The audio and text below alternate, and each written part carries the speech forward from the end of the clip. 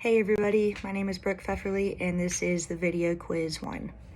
So the week 2 readings was mostly over organizational metaphors, and the content that we read about had a lot of really great examples on this, but what we really focused on and what I read most about was the machine metaphors.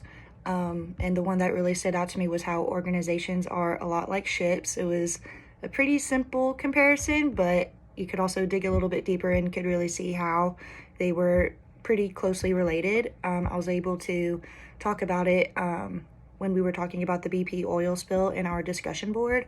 And then there's a quote in one of the articles that I read that really resonated with me that said, "This metaphor is comforting but dangerous. Not only is the destination shifting, but you have to make it up as you go."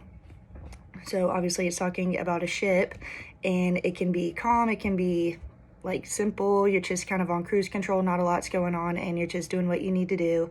But at the same time, like as an organization, it can be choppy, some turbulence, some crisis, some turbulence that you have to go through and figure out, and you have to make it up as you go. So whether you're talking about a ship, an organization, you have to figure it out and just kind of make it up as you go.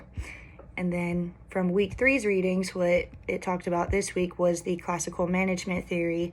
And what I really liked from this week was the historical context that we were able to read and learn more about, rather than just giving us just a PowerPoint talking about the theory. I really enjoyed reading about the history of it, how it came about in the 1800s, the Industrial Revolution, and kind of like the background and history of it. It talked about Max Weber, Frederick Taylor, and Henry Fayol, and I really liked the 3 main questions that kind of formed this theory. It talked about how to organize, how to maximize productivity, and like manage all of the people that were coming together because of more people were working, transportation was a big deal, people were working together, and they had to figure out how to make this work. So it was really interesting to see how the classical management theory came about and just some of the history and background information of how they put it together.